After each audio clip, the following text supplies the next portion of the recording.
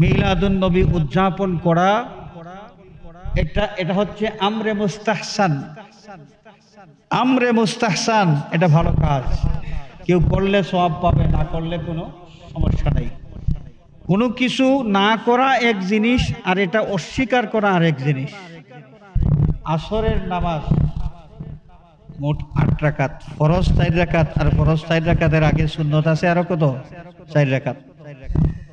তো আমরা কি সব সময় 8 রাকাত নামাজ পড়তে পারি? অনেক সময় ঝামেলার কারণে ফরজের আগের 4 রাকাত নামাজ আমরা পড়তে পারি না বা পড়ি না, কোনো গুনাহ হবে না, কিন্তু পড়লে লাভ, এটা অবহেলার কোনো সুযোগ নাই।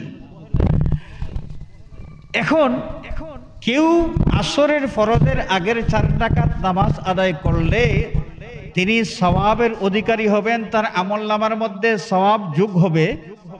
যদি তিনি এই আমলটা না করতে পারেন, না করেন, তাহলে তার কোনো গুনাহ হবে না।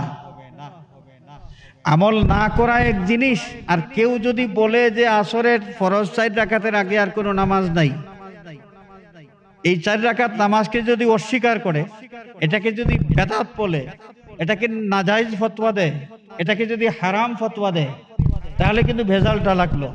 ভেজাল কি লাগলো? শরীয়তের বিরোধিতা হয়ে গেল। শরীয়ত যেটাকে ভালো আমল হিসাবে স্বীকৃতি দিয়েছে, এই ভালো আমলটা কেউ করতে পারলে সওয়াব পাবে, না করলে গুনাহ হবে না, কিন্তু এইটা করা ঠিক নয়, এটা করা হারাম, এই ধরনের কথাবার্তা যদি বলে, তাহলে ইসলামের প্রতিপক্ষ হয়ে যাওয়ার কারণে তার ঈমান চলে যাবে। মিলাদুন নবী আপনি পালন করবেন না, করবেন না, অসুবিধা কি? আপনার এক বিন্দু গুনাহ হবে না, যেহেতু তামাম দুনিয়ার সমস্ত উলামায়ে কেরাম এটাকে আমরে মুস্তাহসান বলেছেন। আমরে মুস্তাহসান হলো নফল, যেটা করলে সওয়াব, না করলে কোনো গুনাহ হবে না। তা আপনি করবেন না, কিন্তু এটা নাজায়েজ, এটা বেদাত। এই ফতোয়াবাজি করার মাধ্যমে মুসলমানদের মধ্যে আগুন লাগাই দিবেন, এই অধিকার আপনি পাইলেন কোথা থেকে? দেখেন, মিলাদুন নবীর ব্যাপারে আশরাফ আলী থানভী সাহেব, আমরা নাম তো শুনেছি, আশরাফ আলী থানভী সাহেব নাম শুনেছি। এই থানভী সাহেব মিলাদুন নবীর উপর খুতবা দিয়েছেন। তিনি রবিউল আউয়াল মাসে তিনি নিজে বলেছেন যে সারা বছর বিভিন্ন বিষয়ে আমি খুতবা দিয়ে থাকি, বক্তব্য দিয়ে থাকি, বয়ান দিয়ে থাকি, কিন্তু রবিউল আউয়াল মাস আসলে এই মাসে কেবলমাত্র মিলাদুন নবী প্রসঙ্গেই আমি আলোচনা করে থাকি। সুবহানাল্লাহ। থানভী সাহেব পুরা রবিউল আউয়াল মাস ব্যাপী যত বয়ান দিতেন, সব কিসের উপর, কোন বিষয়ে? মিলাদুন নবী বিষয়ে। তিনি নিজে আত্মজীবনীর মধ্যে এটা উল্লেখ করেছেন। তো তার এই সংক্রান্ত যত বক্তব্য, এটা একত্রিত করে একটা কিতাব সংকলন করা হয়েছে, তার নাম হলো খুতুবাতে মিলাদুন নবী। এই খুতুবাতে মিলাদুন নবী কিতাবের মধ্যে আজকে মানুষ মানুষের উপর অত্যাচার করে, নিরীহ মানুষ, কিন্তু সব সময় আতঙ্ক নিয়ে চলতে হয়, কোন সময় কোন জালিম আমার উপর চড়াও হবে। এই ঘটনাগুলো বাংলাদেশে অহরহ ঘটতেছে। ইদানিং ঘটনাগুলো আরো অনেক গুণ বৃদ্ধি পেয়ে গেছে। মানুষ কি করে আরেকজন মানুষের উপরে এইভাবে নৃশংসভাবে হত্যাকাণ্ড চালাতে পারে?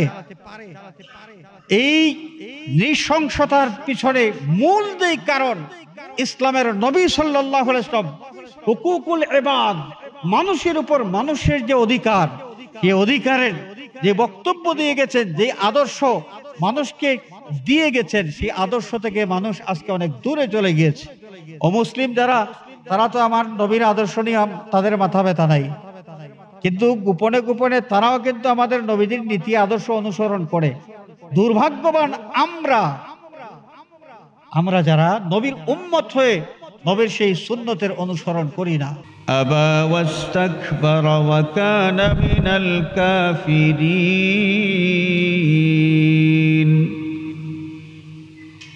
আমি যখন ফেরেশতা কুলকে হুকুম দিলাম তোমরা আদমকে সেজদা করো, ফেরেশতা কুল আদমকে সেজদা করলো, কিন্তু এই আদেশ লঙ্ঘন করলো ইবলিস। সে সেজদা করতে অস্বীকার করলো, অস্বীকৃতি জানালো, অহংকার করলো, এবং সে কাফির হয়ে গেল। তো হাজিরিন, মাটির তৈরি আদম, নূরের তৈরি যেই ফেরেশতা, সেই ফেরেশতাদেরকে আল্লাহ রাব্বুল আলামিন সাজদা করার হুকুম দিলেন। আদম আলাইহিস সালাতু ওয়াস সালাম নূরের তৈরি ফেরেশতাদের সেজদা পাওয়ার মতো যে সম্মান লাভ করলেন, এই সম্মানটা কিভাবে লাভ করলেন? বিশ্ববিখ্যাত মুহাদ্দিস, ইতিহাসবিদ আল্লামা ইমাম কুস্তুলানী রহমতুল্লাহি আলাইহি বিস্তারিত সনদ সহ একটা রেওয়ায়েত তার কিতাবের মধ্যে উল্লেখ করেছেন যে সাইয়্যিদুনা আদম আলাইহিস সালাতু ওয়াস সালামকে সেজদা করার হুকুম ফেরেশতাদেরকে আল্লাহ রাব্বুল আলামিন তখনই দিয়েছেন যখন আদম আলাইহিস সালামের কপাল মোবারকে নূরে মুহাম্মদী সাল্লাল্লাহু আলাইহি ওয়াসাল্লাম আমানত করা হয়েছিল। নূরে মুহাম্মদী সাল্লাল্লাহু আলাইহি ওয়াসাল্লামের ওসিলায় হযরত আদম আলাইহিস সালাতু ওয়াস সালাম সম্মানিত হয়েছিলেন এবং আল্লাহ সুবহানাহু ওয়া তাআলা ফেরেশতা কুলকে হুকুম দিয়েছেন তোমরা আদমকে সেজদা করো। এই নূরে মুহাম্মদী সাল্লাল্লাহু আলাইহি ওয়াসাল্লাম কি তার বৈশিষ্ট্য? হাজিরিন, এক সময় আল্লাহর জাত ছাড়া যখন কিছুই ছিল না, আরশ নাই, কুরসি নাই, লৌহ নাই, কলম নাই, আসমান নাই, জমিন নাই, পাহাড় পর্বত কিছুই নাই, চন্দ্র সূর্য গ্রহ নক্ষত্র কোনো কিছুরই কোনো অস্তিত্ব যখন নাই, আল্লাহ সুবহানাহু ওয়া তাআলা সর্বপ্রথম এক মখলুক সৃষ্টি করলেন, অস্তিত্ব সম্পন্ন করলেন। কেন? যে আল্লাহর যেই জাতে পাক, এই জাতে পাককে চেনার মতো, উপলব্ধি করার মতো কেউ ছিল না। আল্লাহ পাকের মনসা হলো তার জাতকে উপলব্ধি করার মতো কেউ থাকবে, তার জাতকে উপলব্ধি করবে, আল্লাহর যে আজমত, আল্লাহর অসীম কুদরত, এগুলো উপলব্ধি করবে। এই জন্যে আল্লাহ সুবহানাহু ওয়া তাআলা সৃষ্টিকুলের অস্তিত্ব দেওয়ার মনস্থ করলেন। মখলুকের মধ্যে সর্বপ্রথম যেই মখলুক আল্লাহ রাব্বুল আলামিন অস্তিত্ব সম্পন্ন করলেন, তিনি ছিলেন নূরে মুহাম্মদী সাল্লাল্লাহু আলাইহি ওয়াসাল্লাম। আমাদের নবী করিম সাল্লাল্লাহু আলাইহি ওয়াসাল্লামের ইতিহাস দুই পর্বে বিভক্ত। প্রথম পর্ব খিলকতে মুহাম্মদী সাল্লাল্লাহু আলাইহি ওয়াসাল্লাম এবং দ্বিতীয় পর্ব উলাদাতুন নবী সাল্লাল্লাহু আলাইহি ওয়াসাল্লাম। নবীর সৃষ্টি এক পর্ব আর নবীর জন্মগ্রহণ আরেক পর্ব। হাজিরিন, আল্লাহর হাবিব সাল্লাল্লাহু আলাইহি ওয়াসাল্লামের দ্বিতীয় পর্বের যে ইতিহাস, এই ইতিহাস শুরু হয়েছে 570 খ্রিস্টাব্দে। মানব রূপে নবী মুহাম্মদ সাল্লাল্লাহু আলাইহি ওয়াসাল্লাম পৃথিবীতে শুভাগমন করলেন জন্মগ্রহণের মাধ্যমে। মিলাদুন নবী হলো এই বিশ্ববাসী তামাম সৃষ্টিকুল রহমাতুল্লিল আলামিনকে পেয়ে গেল। এর আগে রহমাতুল্লিল আলামিন ছিলেন, কিন্তু তার সেই থাকাটা কিভাবে ছিল? প্রথম পর্বের ইতিহাস যদি আমরা তালাশ করি তাহলে আমরা দেখি যে আমাদের নবী করিম সাল্লাল্লাহু আলাইহি ওয়াসাল্লাম নূর হিসাবে প্রথম পর্বে অস্তিত্ব সম্পন্ন ছিলেন। সুবহানাল্লাহ। আমাদের নবীজি সাল্লাল্লাহু আলাইহি ওয়াসাল্লাম সৃষ্টিকুলের সৃষ্টির ওসিলা ছিলেন। নবীর ওসিলায় আল্লাহ পাক তামাম জাহান সৃষ্টি করেছেন। সাইয়্যিদুনা হযরতে আদম আলাইহিস সালাতু ওয়াস সালাম যখন আমাদের নবী করিম সাল্লাল্লাহু আলাইহি ওয়াসাল্লামের ওসিলা নিয়ে আল্লাহ রাব্বুল আলামিনের দরবারে দোয়া করলেন, নবীর নাম মোবারকের ওসিলা নিয়ে যখন দোয়া করলেন, আল্লাহ রাব্বুল আলামিন প্রশ্ন করলেন, আদম, যেই মুহাম্মদ নামের ওসিলা নিয়ে দোয়া করেছো, সেই মুহাম্মদ তো পৃথিবীতে এখনো আবির্ভূত হন নাই, যিনি তোমার বংশধর হয়ে পৃথিবীতে আগমন করবেন, তোমার বংশ থেকে তিনি এখনো পৃথিবীতে আগমন করেন নাই। তাহলে তুমি এই আদমকে কেমনে চিনতে পারলে এবং এই আদমের নামের ওসিলা নিয়ে আজকে আমার কাছে দোয়া করলে? বাবা আদম আলাইহিস সালাতু ওয়াস সালাম এই নাম মুবারকের ওসিলা নিয়ে দোয়া করার কারণ বর্ণনা করেছিলেন। সেই কারণ কি ছিল যে তিনি যদিও এই মুহাম্মদ সাল্লাল্লাহু আলাইহি ওয়াসাল্লামকে তখনও চিনতে পারেন নাই যখন তিনি ওসিলা নিয়ে দোয়া করেছেন, কিন্তু এই নামটা আরশের পায়ায় পায়ায় বেহেশতের মূল ফটকের মধ্যে, ফেরেশতাদের কপালে, বেহেশতের ভিতরের প্রতিটি গাছের পাতায় পাতায় এই নাম মোবারক আল্লাহর নামের সাথে যখন একই বাক্যে যুক্ত অবস্থায় তিনি দেখেছিলেন, তখন তার বিশ্বাস হয়ে গিয়েছিল এই মুহাম্মদ যিনি হন না কেন, যেহেতু আল্লাহ সুবহানাহু ওয়া তাআলা তার নামটা যত্ন করে আল্লাহর নিজের নামের সাথে মিলাইয়া সুন্দর করে লেখায় রেখেছেন, নিশ্চয় মখলুকাতের মধ্যে, সৃষ্টিকুলের মধ্যে আল্লাহর কাছে সবচাইতে প্রিয়তম কেউ হবেন। তো আল্লাহর প্রিয়তম এই মুহাম্মদ নামের ওসিলা নিয়ে যদি দোয়া করি, আল্লাহ রাব্বুল আলামিন হয়তো কবুল করে নেবেন। আদম আলাইহিস সালাতু ওয়াস সালাম বর্ণনা দিলেন যে আল্লাহ, এই মুহাম্মদ নামের ওসিলা আমি কেন নিলাম? আমি বিশ্বাস করেছি, যদি আমি চিনতে পারি নাই কিন্তু আমার বিশ্বাস হয়ে গিয়েছে, ইন্নাহু লা আহাব্বুল খালকি ইলাইয়া, এই মুহাম্মদ সাল্লাল্লাহু আলাইহি ওয়াসাল্লাম সৃষ্টিকুলের মধ্যে তোমার কাছে সবচাইতে বেশি প্রিয়তম। আল্লাহ সুবহানাহু ওয়া তাআলা জবাব দিয়েছিলেন, সাদাকতা ইয়া আদম, ইন্নাহু লা আহাব্বুল খালকি ইলাইয়া ওয়া লাউলাহু লামা খালাকতুকা।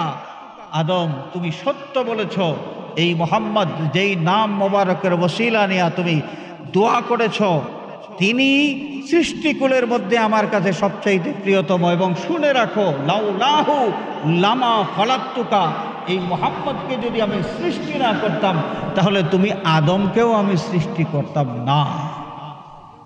তুমি আদমকে সৃষ্টি করেছি এই মুহাম্মদ সাল্লাল্লাহু আলাইহি ওয়াসাল্লামের সৃষ্টির ওসিলায়। তো হাজরিনে কেরাম, এই জন্যই আমাদের নবী করিম সাল্লাল্লাহু আলাইহি ওয়াসাল্লামকে কি বলা হয়? আসলুল খালায়েক, সৃষ্টিকুলের মূল। সেই সৃষ্টিকুলের মূল একটা শেরের মধ্যে যার এই বিষয়টা তুলে ধরা হয়। মিলাদ শরীফ যখন আমরা পড়ি, অনেক সময় মিলাদের কিয়ামের মধ্যে একটা শের পড়া হয়, বাঈসে ইজাদে আলম, बाइसे इजाद आलम मुजब हवा व आदम है तेरी जाते मुकर्रम सलावातुल्लाह अलैका। बाइसे इजाद आलम, सृष्टिकुलेर वसीला हे नबी मुहम्मद सल्लल्लाहु अलैहि वसल्लम अपनी।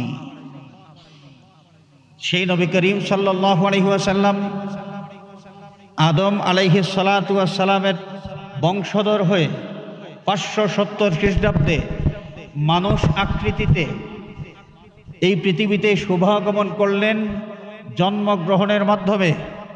তখন থেকে নবীর পরিচয়ের দ্বিতীয় পর্ব, নবীর ইতিহাসের দ্বিতীয় পর্ব, মানব রূপে নবী মুহাম্মদ সাল্লাল্লাহু আলাইহি ওয়াসাল্লাম, এর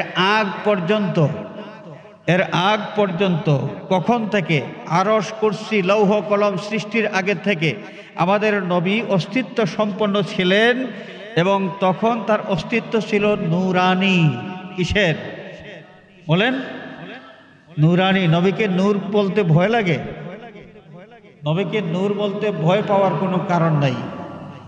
কারণ ফেরেশতা কিসের তৈরি? যখন প্রশ্ন করা হবে আমরা কি জবাব দেব? ফেরেশতা কিসের তৈরি? যদি আমাদেরকে প্রশ্ন করা হয়, আমরা ফেরেশতা বিশ্বাস করি কি করি না? যদিও খালি চোখে ফেরেশতাদেরকে দেখা যায় না, কিন্তু আমাদের ইমানের একটা বিষয়, ইমানে মুফাসসালের মধ্যে আছে না, আমানতু বিল্লাহি ওয়া মালাইকাতিহি, আমি আল্লাহকে বিশ্বাস করি, ওয়া মালাইকাতিহি, আল্লাহর ফেরেশতাদেরকে বিশ্বাস করি। যদিও জীবনে দেখি নাই, কিন্তু ফেরেশতাদের অস্তিত্ব আমাদের ইমান সংশ্লিষ্ট বিষয়, আমাদের ফেরেশতা এর অস্তিত্ব মানতেই হবে। তো ফেরেশতা যদি থাকেন তাহলে ফেরেশতা কিসের তৈরি যদি প্রশ্ন করা হয়, তাহলে ফেরেশতাদের যে পরিচয় পাওয়া যায়, জিসমুন নূরানিয়ুন, এরা নূরের তৈরি। এরা কিসের তৈরি? ফেরেশতা কিসের তৈরি? নূরের তৈরি। তাহলে ফেরেশতা নূরের তৈরি বললে শিরিক হয় না? অনেকেই মনে করেন যে আল্লাহ হচ্ছে নূর, এখন নবীকেও যদি নূর বলা হয় তাহলে শিরিক হয়ে যাবে, আল্লাহর সাথে মিলানো হয়ে যাবে। তো বাদ দিলাম নবীর বিষয়, তো ফেরেশতাদেরকে কি বলবেন? ফেরেশতাদেরকে তো নূরের তৈরি বলতেই হবে, তো তখন কি আল্লাহর সাথে শরিক হবে না? আসলে জ্ঞানের একটু প্রসারতা দরকার। শুধু কোরআন হাদিস পড়লেই হয় না, কিছু মগজ নিয়ে কোরআন হাদিস পড়তে হয়। আল্লাহ রাব্বুল আলামিন দেখেন, আমরাও আমাদের চোখ দিয়া দেখি। আল্লাহ পাক যিনি বাসীরুন, সর্বদ্রষ্টা, তিনি দেখেন। তো আল্লাহর দেখা আর আমাদের চোখের দেখা কি এক সমান? আল্লাহ রাব্বুল আলামিন জানেন এবং মানুষের মধ্যেও সেই জানার যোগ্যতা আল্লাহ রাব্বুল আলামিন দান করেন। তো আল্লাহর ইলম আর মানুষের ইলম দুইটা কি এক সমান? মনে রাখতে হবে, খালিক এবং মখলুকের কোনো বিষয়ের মধ্যে কোনো মিল পাওয়া যাবে না। খালিক তিনি, যিনি এক অদ্বিতীয়, তার কোনো কিছুর সাথে কারো কোনো তুলনা চলে না। লা দিদ্দা লাহু ওয়ালা নিদ্দা লাহু ওয়ালা শিবহা লাহু ওয়ালা মিসলা লাহু। আল্লাহর মতো আর কেউ নাই, আল্লাহর কোনো কিছুর মতো আর কারো কাছে কি কোনো কিছুই থাকতে পারে না। তো হাজিরিনে কেরাম, তো আমাদের নবী করিম সাল্লাল্লাহু আলাইহি ওয়াসাল্লাম অস্তিত্ব সম্পন্ন ছিলেন। যে মাটির থেকে আদম আলাইহিস সালামকে সৃষ্টি করা হয়েছে, সেই মাটি সৃষ্টি করার 1000 বছর আগে আল্লাহ সুবহানাহু ওয়া তাআলা তার হাবিব সাল্লাল্লাহু আলাইহি ওয়াসাল্লামকে সূরা ইয়াসিন শরীফ তিলাওয়াত করে শোনায়েছেন। সুবহানাল্লাহ। যে মাটির থেকে আদম সৃষ্টি, সেই মাটির সৃষ্টির 1000 বছর আগে আল্লাহ সুবহানাহু ওয়া তাআলা তার হাবিবকে যখন সূরা ইয়াসিন শরীফ তিলাওয়াত করে শোনালেন, সেখানের মধ্যে কি আছে? ইয়াসিন ওয়াল কুরআনিল হাকীম ইন্নাকা লামিনাল মুরসালিন আলা সিরাতিম মুস্তাকিম। আল্লাহর দেওয়া, তার হাবিবকে দেওয়া এক নাম ইয়াসিন। আল্লাহ পাক মোহাম্মদ করে তার হাবিবকে অনেকগুলো নাম দিয়েছেন, সেই নামগুলোর মধ্যে একটা হচ্ছে ইয়াসিন। তো ডাক দিয়ে বলেন, ইয়াসিন, বিজ্ঞানময় কোরআনের কসম, ইন্নাকা লামিনাল মুরসালিন, নিশ্চয় নিশ্চয় আপনি রাসূলদের অন্তর্ভুক্ত একজন রাসূল, রাসূলদের তালিকাভুক্ত একজন রাসূল। হাজিরিন, সর্বনাম আছে, সর্বনাম, বাংলায় সর্বনাম, ইংলিশে প্রিপজিশন, আর আরবিতে যেটাকে বলা হয় দমির। ইন্নাকা, এই কা দমির যেটা আরবি যেই সর্বনাম, ওলামায়ে কেরাম যারা আছেন তাদের অবশ্যই জানা আছে যে ইন্নাকা যেটা দমির, এর সামনে উপস্থিত কারো জন্যে ব্যবহৃত হয়। যেমন আমরা যদি বাংলা ভাষায় বলি যে আপনি অথবা তুমি, তাহলে কি বোঝা যাবে? যাকে বলা হচ্ছে তিনি সামনাসামনি উপস্থিত। তিনি কি সামনাসামনি উপস্থিত, সামনে যে উপস্থিত আছে তাকে কি বলা হয়? তুমি বা আপনি। এই তুমি অথবা আপনি যেভাবে সামনাসামনি উপস্থিত কারো জন্যে বাংলা ভাষায় ব্যবহার করা হয়, ঠিক তেমনি ভাবে আরবি ভাষায় এই যে কা, এই কা সর্বনামটা, এই দমিরটা সামনাসামনি কারো জন্য ব্যবহার করা হয়ে থাকে। তো আল্লাহ সুবহানাহু ওয়া তাআলা যে তার হাবিবকে শোনাইলেন, ইন্নাকা লামিনাল মুরসালিন, বন্ধু নিশ্চয় আপনি, আপনি রাসূলদের অন্তর্ভুক্ত। কখন শোনাইতেছেন? আল মুআজামুল কবির লিত-তাবরানী, বিশ্ব বিখ্যাত মুহাদ্দিস ইমাম তাবরানী রাহমাতুল্লাহি আলাইহি সংকলিত আল মুআজাম হাদিস গ্রন্থের মধ্যে বিস্তারিত সনদ সহ এই রিওয়ায়াত উল্লেখ করা আছে। আল্লাহ পাক তার হাবিবকে সম্বোধন করলেন, এবং এই ঘটনাটা কখন ঘটেছে? যে মাটি সৃষ্টি করার, আসমান এবং জমিন সৃষ্টি করার 1000 বছর আগে। আমরা কি বুঝলাম? যে আদমকে মাটির থেকে সৃষ্টি করা হয়েছে, সেই মাটির অস্তিত্বের 1000 বছর আগে আল্লাহ পাক তার হাবিবকে সম্বোধন করে বলতেছেন ইন্না কাল আমিনাল মুরসালিন। তার মানে তখনও আমাদের নবীজি অস্তিত্ব সম্পন্ন ছিলেন। তো আমাদের নবী অস্তিত্ব সম্পন্ন ছিলেন কিভাবে, কোন আকারে, কোন রূপে? যে তখন তিনি ছিলেন নূর নবী মুহাম্মদ সাল্লাল্লাহু আলাইহি ওয়াসাল্লাম। সেই নূর নবী মুহাম্মদ সাল্লাল্লাহু আলাইহি ওয়াসাল্লাম পৃথিবীর দিকে যখন আল্লাহ রাব্বুল আলামিন তাকে দেওয়ার মনস্থ করলেন, সর্বপ্রথম সাইয়্যিদুনা হযরতে আদম আলাইহিস সালামের কপাল মোবারকে সেই নূরে মুহাম্মদী সাল্লাল্লাহু আলাইহি ওয়াসাল্লাম আমানত করা হইল। এই নূরে মুহাম্মদী আদমের কপালের মধ্যে যখনই আমানত করা হয়েছে, আল্লাহ রাব্বুল আলামিন এই আদমকে সম্মানিত করেছেন এবং ফেরেশতা কুলকে হুকুম দিয়েছেন উসজুদু লি আদম, তোমরা আদমকে সিজদা করো। আদম আলাইহিস সালাতু ওয়াস সালাম থেকে হযরতে শীস আলাইহিস সালামের কপাল মোবারকে স্থানান্তরিত হলেন নূরে মুহাম্মদী। বংশানুক্রমে এক সিঁড়ি থেকে আরেক সিঁড়ি, প্রজন্মের এক প্রজন্ম থেকে আরেক প্রজন্ম, পুরুষের কপাল কপাল হয়ে সাইয়্যিদনা নূহ আলাইহিস সালাম পর্যন্ত, নূহ আলাইহিস সালাম থেকে নূহ আলাইহিস সালামের সাহেবজাদা হযরতে সাম আলাইহিস সালামের কপাল মোবারকে, সেখান থেকে তার সন্তান, তার সন্তান থেকে তার সন্তান, এইভাবে আস্তে আস্তে সাইয়্যিদনা হযরতে ইব্রাহিম খলিলুল্লাহ আলাইহিস সালাম পর্যন্ত। ইব্রাহিম আলাইহিস সালামের কপাল মোবারক থেকে সাইয়্যিদনা জবিহুল্লাহ ইসমাইল আলাইহিস সালামের কপাল মোবারকের মধ্যে নূরে মুহাম্মদী স্থানান্তরিত করা হইল। এরপরে আদনান বংশানুক্রমে আস্তে আস্তে আমাদের নবীজির দাদা খাজা আব্দুল মুত্তালিব, তার কপাল মোবারকে নূরে মুহাম্মদী আমানত করা হইল। আব্দুল মুত্তালিব থেকে সর্বশেষ সৌভাগ্যবান পুরুষ যার কপালে নূরে মুহাম্মদী সাল্লাল্লাহু আলাইহি ওয়াসাল্লাম আমানত করা হয়েছিল, তিনি হচ্ছেন আমাদের নবীজির ওয়ালিদ মুহতারাম, আমাদের নবীজির ওয়ালিদ মুহতারাম হযরতে আব্দুল্লাহ রাদিয়াল্লাহু তাআলা আনহু।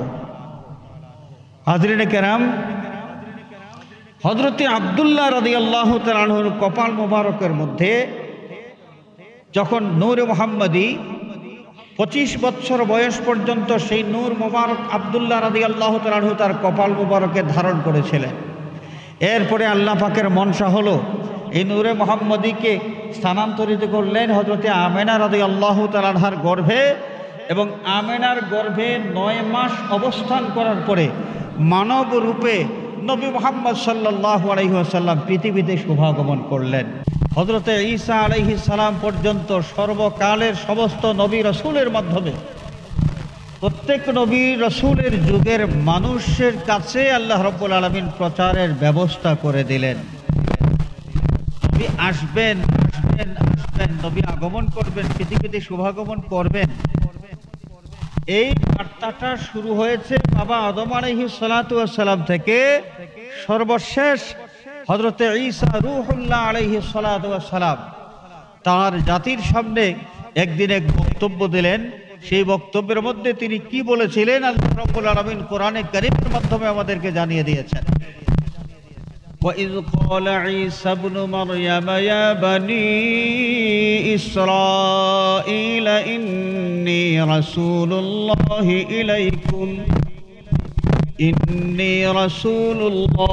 إِلَيْكُمْ مُصَدِّقًا لِمَا بَيْنَ يَدَيَّ مِنَ التَّوْرَاةِ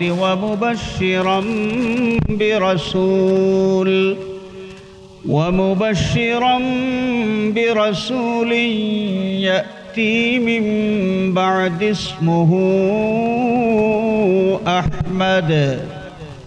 বনী ইসরাইলের মানুষ, তোমরা শোনো, আমি আল্লাহর পক্ষ থেকে তোমাদের কাছে প্রেরিত হয়েছি। মুসাদ্দিকাল লিমা বাইনা ইয়াদাইয়া মিনাত তাওরাত, আমার আগে যে কিতাব নাযিল হয়েছে তাওরাত, অর্থাৎ মুসা আলাইহিস সালামের প্রতি যে তাওরাত কিতাব নাযিল হয়েছে, সেই তাওরাত কিতাবের কথা এইদিকে ইঙ্গিত করলেন হযরতে ঈসা আলাইহিস সালাতু ওয়াস সালাম। তিনি বললেন মুসাদ্দিকাল লিমা বাইনা ইয়াদাইয়া মিনাত তাওরাত, আমার পূর্বে নাজিলকৃত যেই তাওরাত কিতাব, এই তাওরাত কিতাবের মধ্যে যা বর্ণনা আছে এই বিষয়গুলোর সত্যায়নের জন্য আমি এসেছি। এগুলো সত্য সত্য সত্য, এই সত্যায়নের জন্যে আমি এসেছি। এই তাওরাত কিতাবের মধ্যে কি ছিল?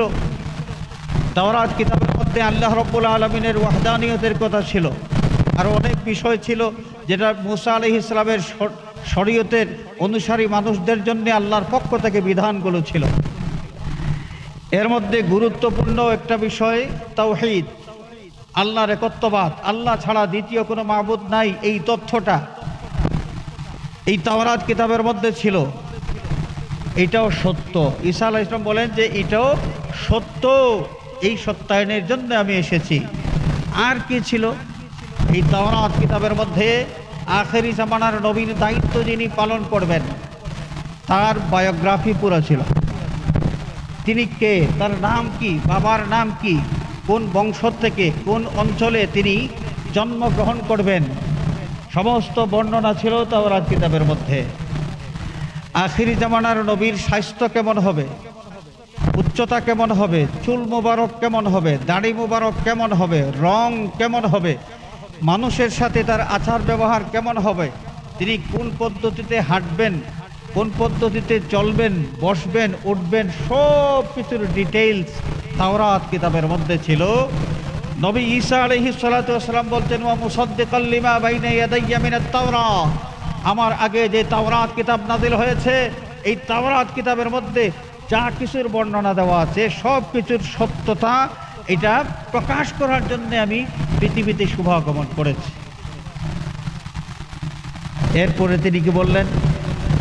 ওয়া মুবাশশিরাম বিরাসূলিন ইয়াতি মিন বা'দি ইসমুহু আহমদ, এবং আমি তোমাদেরকে শুভ সংবাদ দিচ্ছি, আমি তোমাদের জন্য শুভ সংবাদ দানকারী।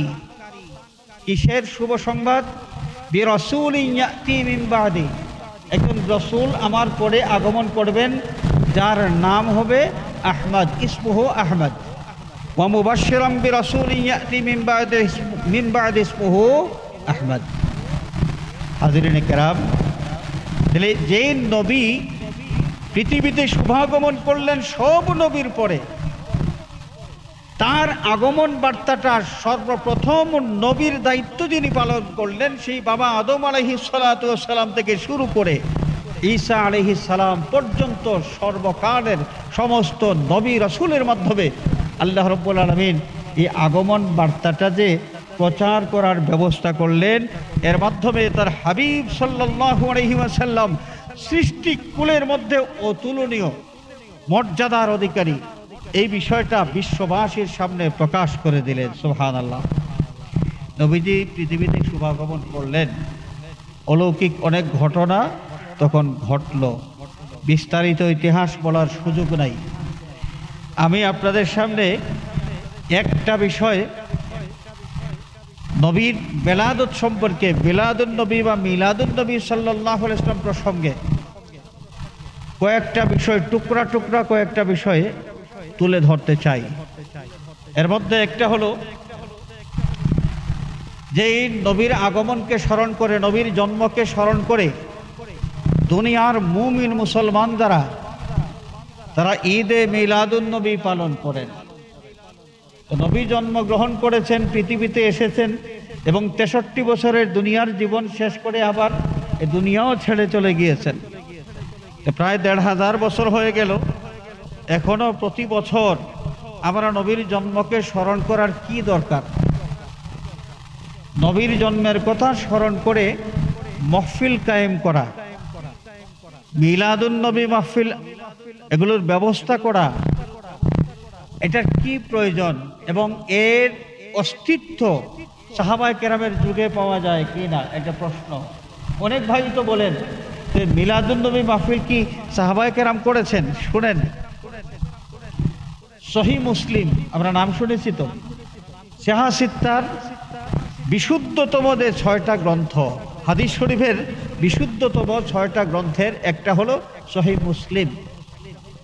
মুসলিম শরীফের মধ্যে একটা রওয়ায়াত এসেছে এবং এই রিওয়ায়াতটা নাসাই শরীফের মধ্যেও আছে, মুসনাদ আবি ইয়ালার মধ্যেও আছে, হাদিস শরীফের অনেকগুলো কিতাবের মধ্যে এই রিওয়ায়াত আছে। এই রিওয়ায়াতের মধ্যে কি আছে? সাইয়্যিদুনা হযরতে মুআবিয়া রাদিয়াল্লাহু তাআলা আনহু থেকে বর্ণিত হাদিস, খারাজা রাসূলুল্লাহ সাল্লাল্লাহু আলাইহি ওয়াসাল্লাম আলা হালাকাতিন মিন আসহাবিহি ফাকালা লাহুম মা আজলাসাকুম। আল্লাহর নবী সাল্লাল্লাহু আলাইহি ওয়াসাল্লাম মসজিদে নববী শরীফের মধ্যে ছিলেন। নামাজ আদায় হলো। নামাজ শেষ করে সাহাবায়ে কেরাম অনেকেই মসজিদ থেকে বের হয়ে প্রত্যেকের নিজ নিজ কাজের দিকে চলে গেলেন।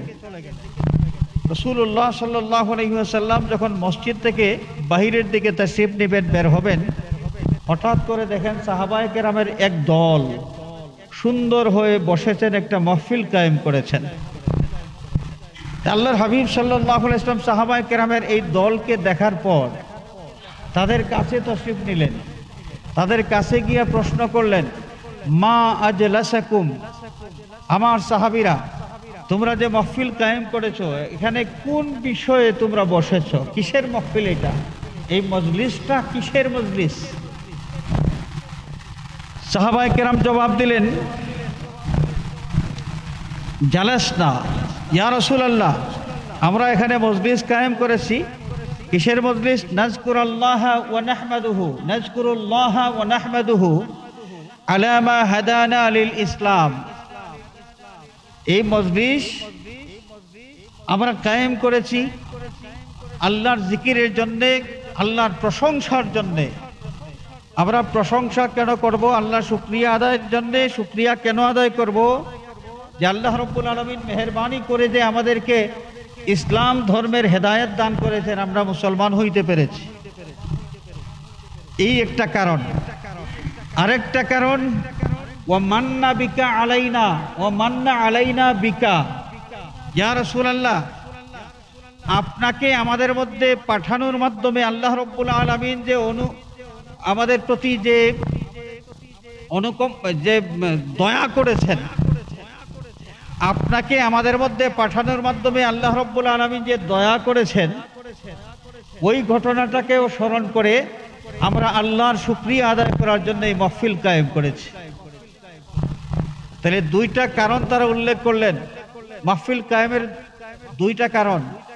একটা কারণ, আল্লাহ রাব্বুল আলামিন তাদেরকে যে মুসলমান হওয়ার সুযোগ দিয়েছেন, তৌফিক দিয়েছেন, সৌভাগ্য দিয়েছেন, এই কারণে তারা আল্লাহর শুকরিয়া আদায় করবেন। আর আরেকটা কারণ, যে নবী করিম সাল্লাল্লাহু আলাইহি ওয়াসাল্লামকে তারা যে পেয়েছেন, নবীর এই পৃথিবীতে আগমন এবং নবী পৃথিবীতে আগমন করার কারণেই তারা যে নবীর উম্মত হইতে পেরেছেন, আল্লাহ পাক এই নবীকে দান করার মাধ্যমে যে দয়া প্রদর্শন করেছেন, নবী প্রাপ্তিকে স্মরণ করে তারা আল্লাহর শুকরিয়া আদায় করার জন্য এই মাহফিল কায়েম করেছেন। সুবহানাল্লাহ। হাজিরিনে কেরাম, আল্লাহ সুবহানাহু ওয়া তাআলা যে নবী পাঠিয়েছেন, নবী যদি পৃথিবীতে শুভাগমন না করতেন, আমরা আজকে যারা এই মসজিদে হাজির হয়েছি, আমরা কেউ কিন্তু নবীর উম্মত হওয়ার সুযোগ পাইতাম না। এই নবী পৃথিবীতে শুভাগমন না করলে সাইয়্যিদনা আবু বকর, ওমর, ওসমান, আলী, সাহাবায়ে কেরামের যুগ থেকে নিয়ে আজ পর্যন্ত এবং কিয়ামত পর্যন্ত যারা ঈমানদার হবেন, যারা ঈমানদার ছিলেন, আছেন এবং ঈমানদার থাকবেন, এরা কেউই কিন্তু এই নবীর উম্মত হওয়ার সুযোগ লাভ করতে পারতেন না। সাহাবায়ে কেরাম এই বিষয়টা স্মরণ করেছেন, স্মরণ রেখেছেন। এজন্যে তারা এই নবী প্রাপ্তিকে আল্লাহর দেওয়া বিশেষ দয়া হিসেবে আল্লাহর শুকরিয়া আদায় করতেছে। সুবহানাল্লাহ। সহিহ মুসলিম শরীফের হাদিস, নাসাই শরীফের হাদিস, আল্লাহর নবী যখন এই কথা শুনলেন, তখন নবী কি তাদেরকে বলেছিলেন যে আমি তো পৃথিবীতে এসেছি, জন্মগ্রহণ করেছি, এটা আবার স্মরণ করার কি দরকার? নবীজি এই কথা বলেন নাই। আল্লাহর নবী তাদেরকে প্রশ্ন করেছেন যে তোমরা আল্লাহর কসম খেয়ে বলো যে কারণ আমার কাছে বর্ণনা করেছো, তোমরা এই কারণেই এখানে মাহফিল কায়েম করেছো, এই মজলিস কায়েম করেছো। সাহাবায়ে কেরাম কসম করে বললেন, ইয়া রাসূলুল্লাহ, আল্লাহর কসম খেয়ে বলছি, এই উদ্দেশ্যেই আমরা এই মজলিস কায়েম করেছি। আল্লাহর নবী আবার তাদেরকে প্রশ্ন করলেন, তোমরা আল্লাহর কসম খেয়ে বলো যে তোমরা কি এই উদ্দেশ্যেই মজলিস কায়েম করেছ? সাহাবায়ে কেরাম দ্বিতীয়বার কসম খেয়ে বললেন, ইয়া রাসূলুল্লাহ, এই কারণেই আমরা মজলিস কায়েম করেছি। আল্লাহর নবী তৃতীয়বার আবার বললেন যে তোমরা আল্লাহর কসম খেয়ে বলো, তোমরা কি এই কারণেই মজলিস কায়েম করেছ? সাহাবায়ে কেরাম তৃতীয়বার কসম খেয়ে বললেন, ইয়া রাসূলুল্লাহ, এই কারণেই আমরা মজলিস কায়েম করেছি। এবারে নবী করিম সাল্লাল্লাহু আলাইহি ওয়াসাল্লাম তাদের উদ্দেশ্যে ফরমাইলেন যে তোমাদের কাছ থেকে আমি কসম গ্রহণ করেছি, কসম খাইয়া তোমরা এই স্বীকারোক্তি আমার কাছে দিয়েছ, এমন নয় যে তোমরা মিথ্যা কথা বলতে পারো, এই কারণে তোমাদের কাছ থেকে আমি কসমের মাধ্যমে বক্তব্যটা শুনতে চেয়েছি। এই তোমাদের ব্যাপারে মিথ্যা বলার সন্দেহ আমি করি না। মিথ্যা বলার সন্দেহ যদি না থাকে তাহলে কসম নিয়া এই কথাটা শোনার জন্য আল্লাহ নবী কেন চেষ্টা করলেন? নবী করিম সাল্লাল্লাহু আলাইহি ওয়াসাল্লাম ফরমাইলেন, আমি যে কসমটা নিয়েছি, তোমরা যে এই মজলিস কায়েম করেছ, মজলিসটা অনেক গুরুত্বপূর্ণ, গুরুত্ব বোঝানোর জন্যই আমি এই কসমটা নিয়েছি। এবং তোমরা শুনে রাখো, আতানি জিবরিল, জিবরিল আলাইহিস সালাম আমার কাছে এসেছেন, ওয়া আখবারানি, এবং আমাকে এই সংবাদটা দিয়েছেন, আন্নাল্লাহা ইউবাহি বিকুমুল মালাইকা, এই মাহফিলে তোমরা যারা বসেছো তোমাদেরকে নিয়ে আল্লাহ রাব্বুল আলামিন ফেরেশতাদের সামনে ফখর করতেছেন, আনন্দ প্রকাশ করতেছেন। সুবহানাল্লাহ বলেন। তাহলে নবী করিম সাল্লাল্লাহু আলাইহি ওয়াসাল্লাম পৃথিবীতে এসেছেন, নবীর আগমনের কথা স্মরণ করে মাহফিল কায়েম করলে আল্লাহ খুশি না বেজার? আরো জোরে বলেন। আল্লাহ রাব্বুল আলামিন যদি এই কাজে খুশি হয়ে থাকেন, তাহলে নবীর জন্ম উপলক্ষে মাহফিল কায়েম যারাই করেন তারা দাবি করতে পারেন, নবীজির হাদিস শরীফ যদি সত্য হয় তাহলে দাবি করতে পারেন সেই সমস্ত সৌভাগ্যবান যারা মিলাদুন নবী মাহফিল কায়েম করেন যে আল্লাহ রাব্বুল আলামিন সকলের উপর খুশি এবং রাজি।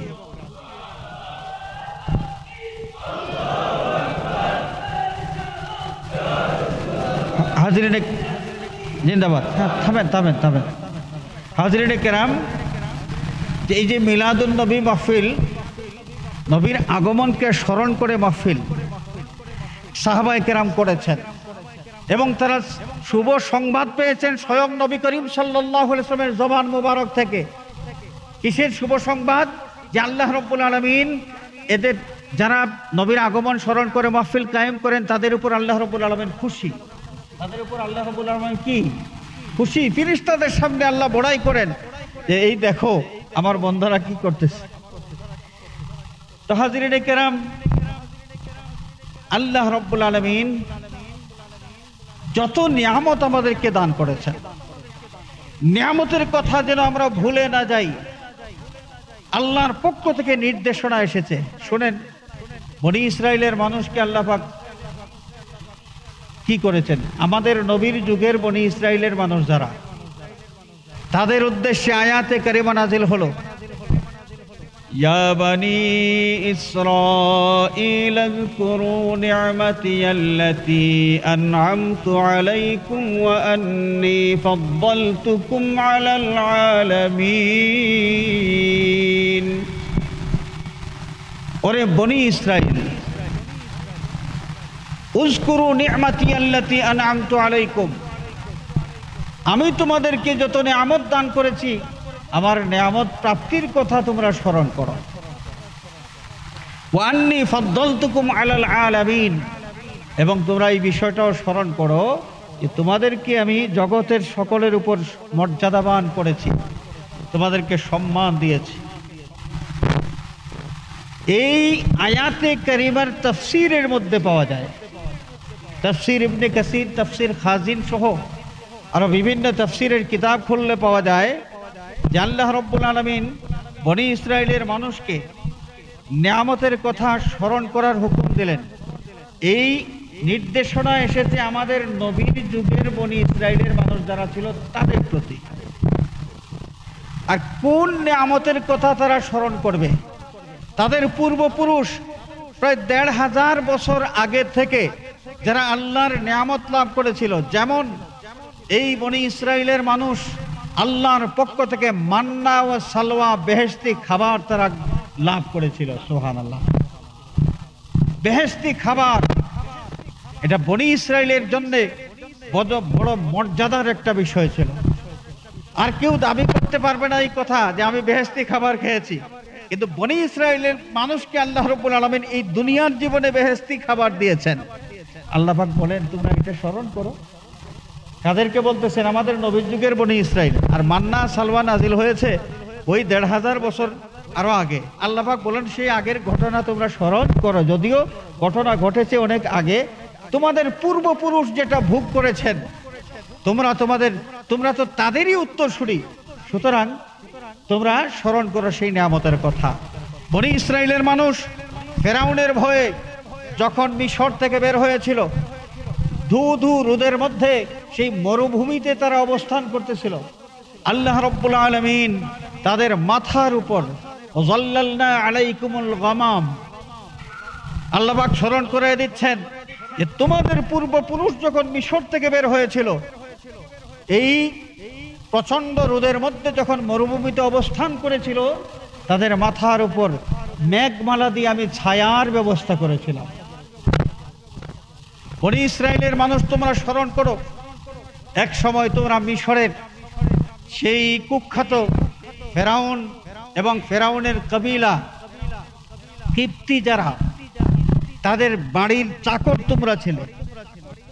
বনি ইসরাইলের পুরুষ যারা ফেরাউনের বাহিনীর মানুষের বাহিরের কাজ করত, আর মহিলা যারা বাড়ির ভিতরে জিয়ের কাজ করত। সামাজিক কোনো মান মর্যাদা তাদের ছিল না, চাকর চাকরানি ছিল বনি ইসরাইলের নারী পুরুষ। আল্লাহ রাব্বুল আলামিন কুখ্যাত ফেরাউন এবং তার বংশের যত পুরুষ আছে, যত সৈন্য সামন্ত আছে, সকলকে পানির মধ্যে ডুবিয়ে মারার মাধ্যমে মিশর যখন খালি করলেন, বনি ইসরাইল আবার সেই মিশরে ফিরে আসলো। এক সময়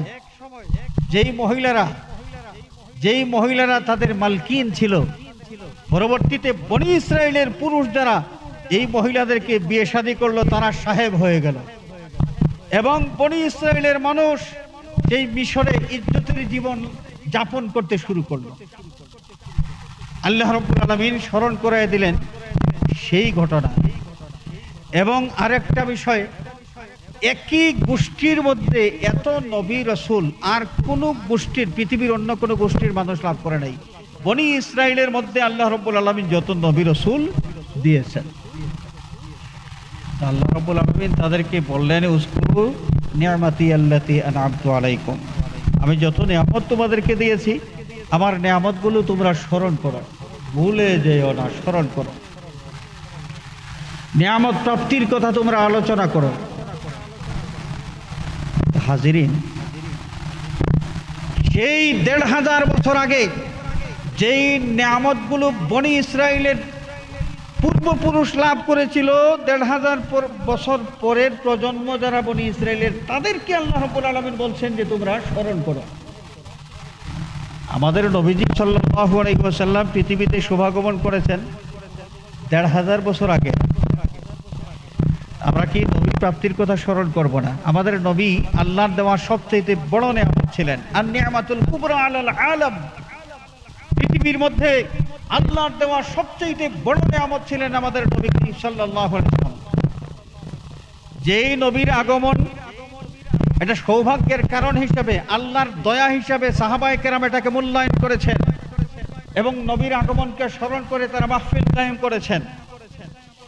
সেই নবীজি সাল্লাল্লাহু আলাইহি ওয়াসাল্লামের স্মরণে আজকে যদি মিলাদুন নবী মাহফিলের আয়োজন হয়, এটা ভালো কাজ হবে না খারাপ কাজ হবে?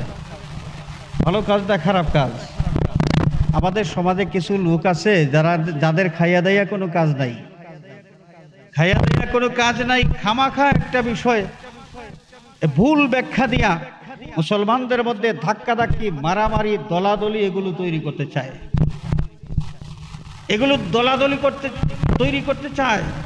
মিলাদুন নবী যারা পালন করেন মিলাদুন্নবী অস্বীকারী একদল মানুষ, তারা মিথ্যা তুহমত দিয়া বলে যে মিলাদুন্নবী পালনকারী বেদাতীরা সিরাতুন্নবী মানে না।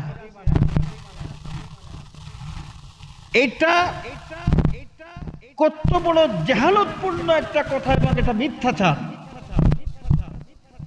কারণ মিলাদুন্নবী আমরা যারা পালন করি, আমরা কি নামাজ পড়ি না? নামাজ পড়া এটা তো সিরাতুন্নবী। মিলাদুন্নবী আমরা যারা পালন করি, আমরা কি রোজা রাখি না? রোজা রাখা এটাও তো সিরাতুন্নবী। মিলাদুন্নবী আমরা যারা পালন করি, আমরা কি কোরআন কারীম তেলাওয়াত করি না? এটা তো সিরাতুন্নবী। মিলাদুন্নবী আমরা যারা পালন করি, আমরা কি হালাল হারাম তমিজ করি না? করেন। হালাল হারাম তমিজ করে না কিছু লোক আছে, তারা দুষ্টা মানুষ, তারা তো আছে, তাদের কথা বাদ। হালাল হারাম মেনে চলা এটা সিরাতুন্নবী। আমরা যারা মিলাদুন্নবী পালন করি, আমরা কি সব সময় হারামের মধ্যে ডুবে থাকি না হালাল হারাম তমিজ করার চেষ্টা করি? আমরা তো সিরাতুন্নবী পালন করেই যাচ্ছি। যারা বলে মিলাদুন্নবী পালনকারী তারা সিরাতুন্নবী মানে না, এদের মতো বড় মিথ্যাবাদী আর কেউ হইতে পারে না। আল্লাহ রাব্বুল আলামিন আমাদের ভাইদেরকে সুবুধ দান করুন এবং সত্য মানার মানসিকতা দান করুন। মুসলমান গোটা বিশ্বের মধ্যে আজকে মুসলমানদের যেই করুণ অবস্থা, এই করুণ অবস্থার জন্য সবচেয়ে বড় যে কারণ, এই বড় কারণ হলো মুসলমানদের ঐক্যের বড় অভাব। বেশি দূরে যাওয়ার কথা নয়, বিশ্বব্যাপী যা ঘটনাগুলো ঘটছে ওইটা বাদ দিলাম। আমাদের বাংলাদেশের প্রেক্ষাপট যদি আমরা বিচার করি, বাংলাদেশ যেখানে প্রায় 93% মুসলমানের দেশ, এই দেশে মানুষের মধ্যে হিংসা বিদ্বেষ, ঠেলাঠেলি, মারামারি। এত হিংসা বিদ্বেষ কেন? আমাদের সমাজের চেইন অফ কমান্ড নষ্ট হয়ে গেছে, রাষ্ট্রের শান্তি বিঘ্নিত হয়ে গেছে। মানুষ সব সময় এটা আতঙ্কের মধ্যে থাকতে হয় যে কোন সময় কার পক্ষ থেকে কোন আক্রমণ চলে আসে। এই ধরনের ভীতি নিয়ে আমরা সমাজে কেন বাস করি? এর কারণ মানুষের মধ্যে ঐক্যের যে ফাটল ধরেছে, আদর্শগত পার্থক্য, মতাদর্শগত পার্থক্য, সংস্কৃতিগত পার্থক্য, এই পার্থক্য যাদের সাথে ঘটুক 93% মুসলমান যদি হয়, বাকি সব ধর্ম মিলে আমরা মানলাম 7%। 93% যদি ঠিক থাকে, তাহলে 7%-এর কোনো প্রভাব রাষ্ট্রের উপর পড়ার কথা নয়। আমাদের মধ্যে, মুসলমানদের মধ্যে এই যে অনৈক্য, কেউ বলে মিলাদুন্নবী, কেউ বলে সিরাতুন্নবী। আরে বাবা, মিলাদুন্নবী আর সিরাতুন্নবী দুইটা যে সাংঘর্ষিক হিসাবে দুইটা বিষয়কে দাঁড় করাইয়া যারা বেদাত এই শব্দটার অপপ্রয়োগের মাধ্যমে মুসলমানদেরকে বিচ্ছিন্নতার অপচেষ্টায় লিপ্ত আছেন, আমাদের মনে রাখতে হবে মিলাদ যার, সিরাত তার।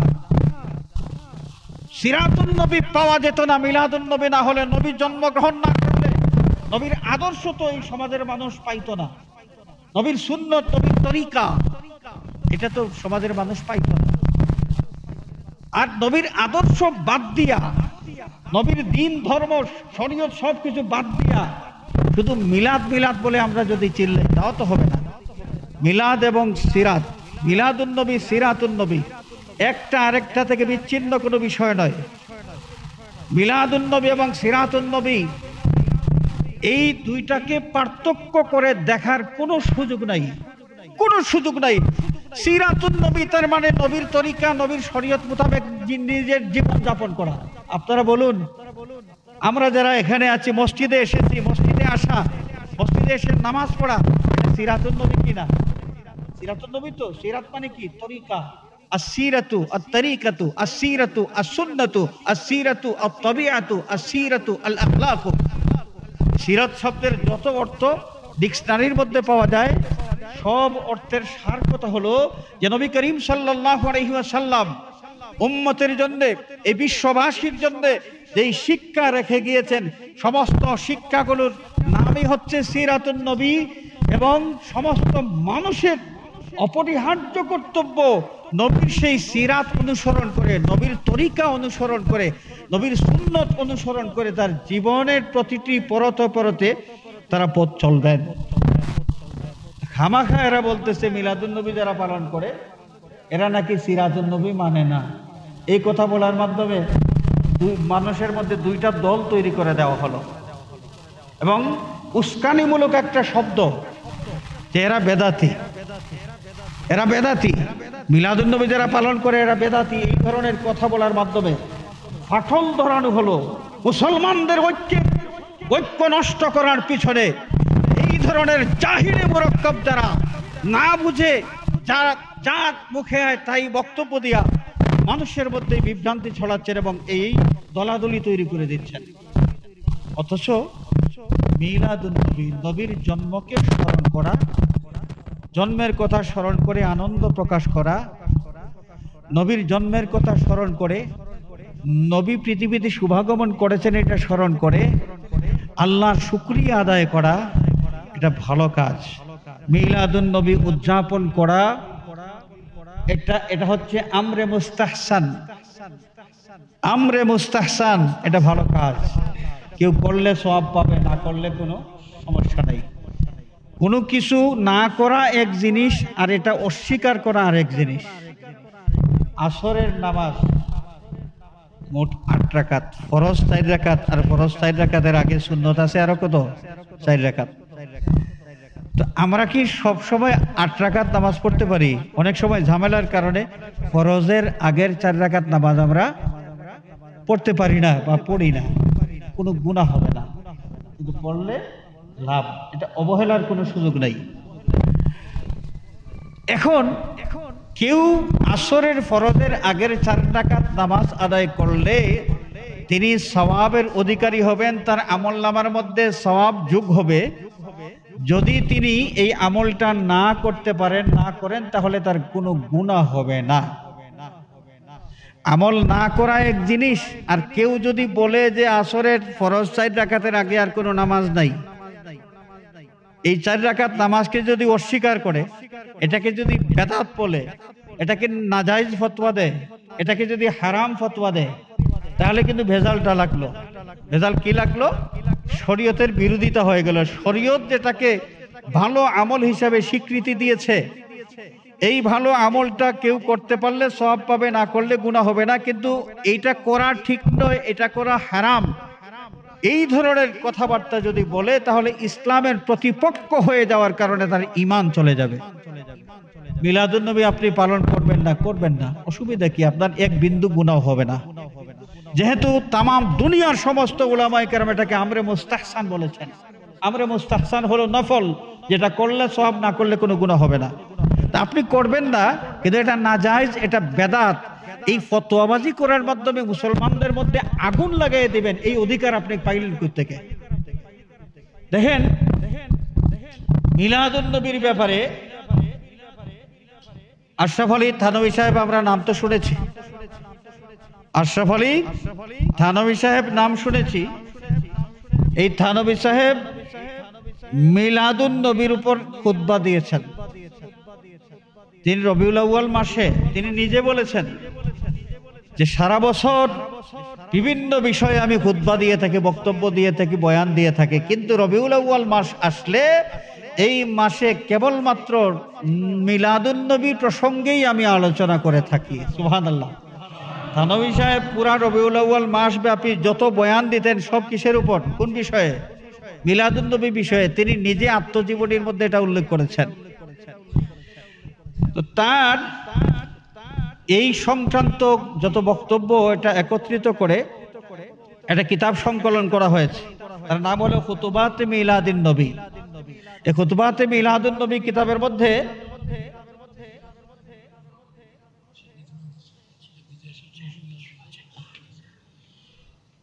এই কিতাবের মধ্যে তিনি কি বলেছেন,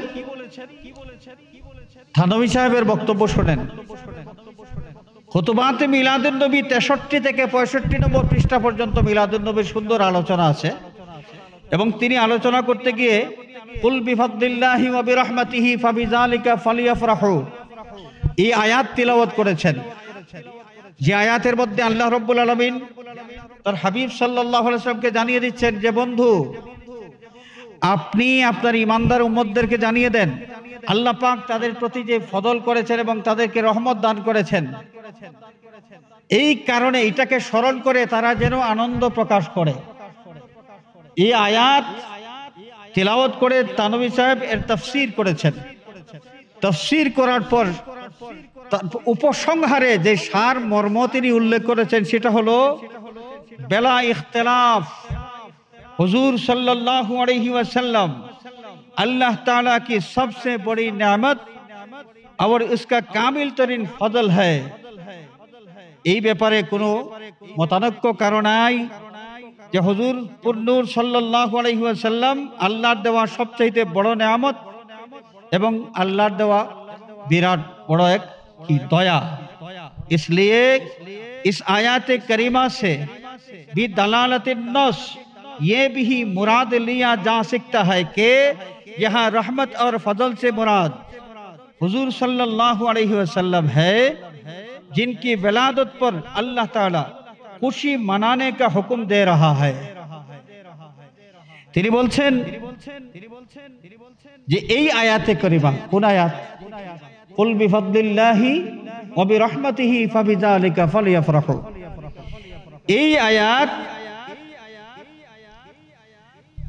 এর দালালাতুন নসের মাধ্যমে এটা বোঝা যায় যে আয়াতের মধ্যে রহমত এবং ফজল এর অর্থ হচ্ছে নবী মুহাম্মদ সাল্লাল্লাহু আলাইহি ওয়াসাল্লাম যেই নবীর জন্মকে স্মরণ করে, जिनकी विलादत पर अल्लाह ताला खुशी मनाने का हुक्म दे रहा है।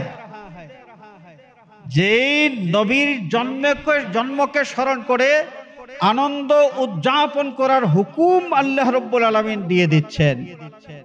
নবীর জন্মকে স্মরণ করা এবং আনন্দ প্রকাশ করা এর নাম হলো ঈদে মিলাদুন নবী। এর নাম কি? ঈদে মিলাদুন নবী। তাহলে তানভী সাহেব ঈদে মিলাদুন নবীর দলিল হিসেবে কোরআন শরীফের এই আয়াত কুল বিফাদলিল্লাহি ওয়া বিরহমাতিহি ফাবিযালিকা ফালইফরাহু এই আয়াতকে দলিল হিসেবে উপস্থাপন করলেন এবং তিনি বুঝিয়ে দিলেন যে ঈদে মিলাদুন নবী পালন করার হুকুম দিচ্ছেন আল্লাহ এই আয়াতে কারিমার মাধ্যমে। সুবহানাল্লাহ বলে। থানভী সাহেবের মতো একজন মানুষ স্পষ্টভাবে ঈদে মিলাদুন নবী সাল্লাল্লাহু আলাইহি ওয়াসাল্লাম সম্পর্কে এই বক্তব্য যদি দিয়ে থাকেন, আমার মতো ছোটখাটো চুনোপুটি আমরা মিলাদুন নবী সম্পর্কে উল্টাপাল্টা কথাবার্তা বলে মানুষের মধ্যে মারামারি লাগানোর মধ্যে সার্থকতা কি আছে? কার স্বার্থ রক্ষা করা হয়?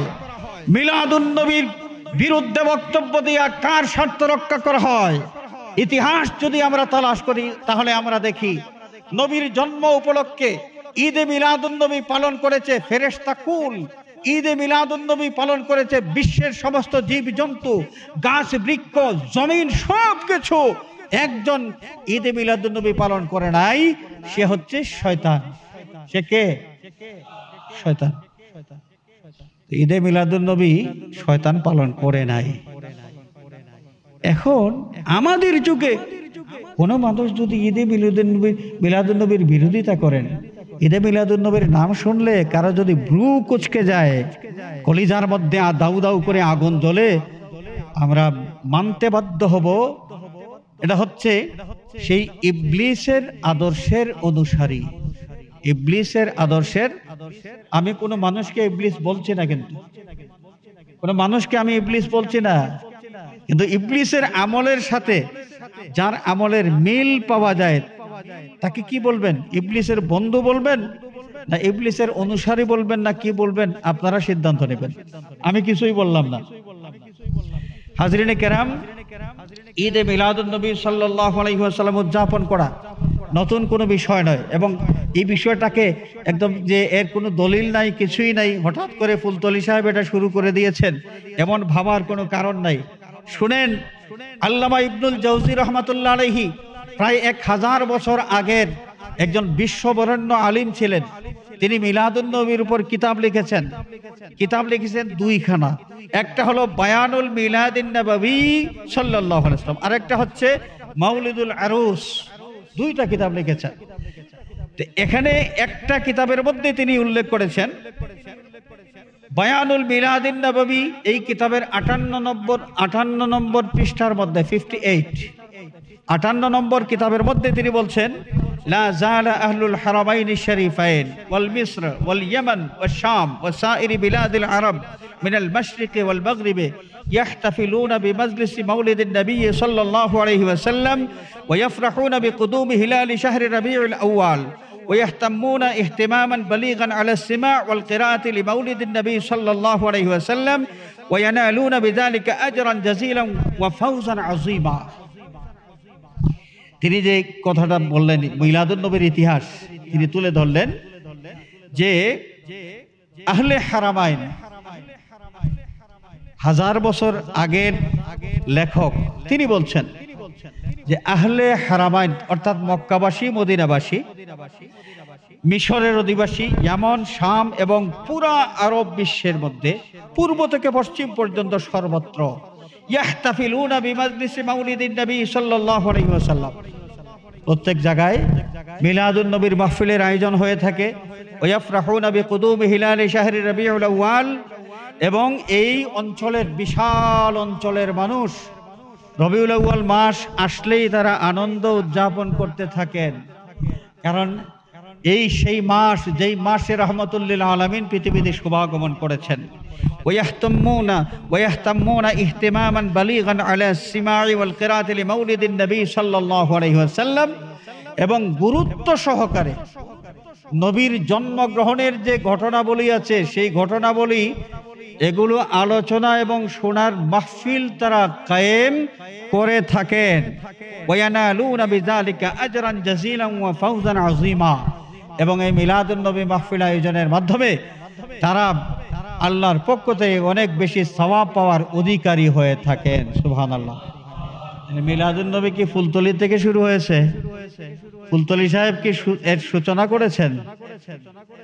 এটাকে খাটো করে দেখার এই দুঃসাহস তারা পাইল কোত্থেকে?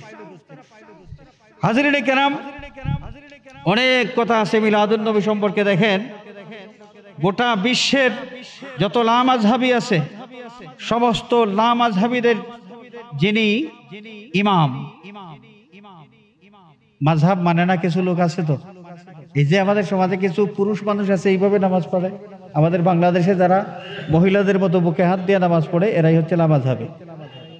গোটা দুনিয়ায় লামাযহাবী যারাই আছে তাদের ইমাম হলেন ইবনে তাইমিয়া। এই ইবনে তাইমিয়া সাহেব যিনি 728 হিজরিতে ইন্তেকাল করেছেন, তার লেখা একটা কিতাব ইক্তেদাউস সিরাতিল মুস্তাকিম, এই কিতাবের 406 নম্বর পৃষ্ঠার মধ্যে তার যে বক্তব্য শুনেন। ফাতাযীমুল মাউলিদি ওয়া ইত্তিখাযুহু মাওসিমান قد يفعله بعض الناس, রাসূল পাক সাল্লাল্লাহু আলাইহি ওয়াসাল্লামের জন্মের ঘটনা এগুলো সম্মানের সাথে স্মরণ করা, সম্মানের সাথে এগুলো স্মরণ করা, বরণ করা এবং নবীর জন্মের কথা আলোচনা করা। ওয়া ইত্তিখাযুহু মাওসিমান, এবং এই নবীর জন্মের মাস আসলে এই সময়কালকে মিলাদুন নবীর মাহফিল আয়োজনের একটা মুখ্যম সময় হিসেবে গ্রহণ করা, যেটা কিছু মানুষ করে থাকেন, যেটা কিছু মানুষ করে থাকেন। ওয়া ইয়াকুনু লাহু ফীহি আজরুন আযীমুন, যারা করে থাকেন এই কাজ করে তারা অনেক বেশি সওয়াব পাওয়ার অধিকারী হয়ে থাকেন। সুবহানাল্লাহ। তারা সওয়াব কেন পাবেন? লিহুসনি কাসদিহি ওয়া তাযীমিহি লিরাসূলিল্লাহি সাল্লাল্লাহু আলাইহি ওয়াসাল্লাম, তাদের যে খুলুসিয়তের সাথে যারা নবীর মহব্বত প্রকাশ করা এবং নবীকে সম্মান প্রদর্শন করার জন্য এই মাহফিলগুলোর আয়োজন করে থাকেন, এটা ভালো কাজ। এবং এই ভালো কাজ যারা করেন এরা এই কাজের মাধ্যমে অর্থাৎ মিলাদুন নবী মাহফিল আয়োজনের মাধ্যমে অনেক বেশি সওয়াব পাওয়ার অধিকারী তারা হয়ে থাকেন। সুবহানাল্লাহ। ইবনে তাইমিয়া সাহেবও এই সত্যটা স্বীকার করলেন যে কাজটা ভালো, কেউ যদি করতে পারে অনেক বেশি সওয়াব পাওয়ার অধিকারী হইতে পারবে।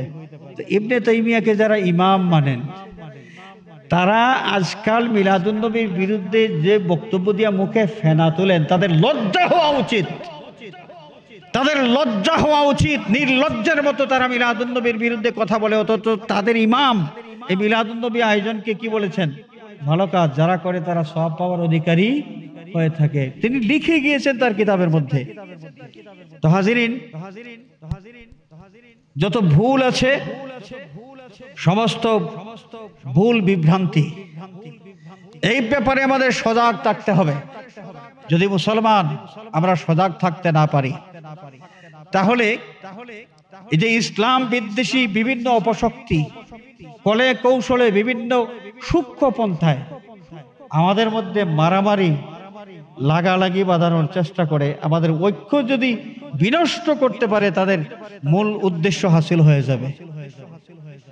ঐক্যের ফাটল যারা ধরান, অনর্থক কথাবার্তা বলে, সমাধানকৃত বিষয়ে যারা নতুন করে উস্কানি দিয়া এটা নিয়ে বিবাদ তৈরি করার চেষ্টা করেন, এরা কখনো মুসলিম মিল্লাতের বন্ধু হইতে পারেন না, এরা মুসলিম জাতির জন্য শুভাকাঙ্ক্ষী হইতে পারেন না। এদেরকে আমরা বলবো মুসলমান জাতির ঘাড়ের উপর শনির দশা, এগুলো হচ্ছে শনি। হাজরিনে কেরাম,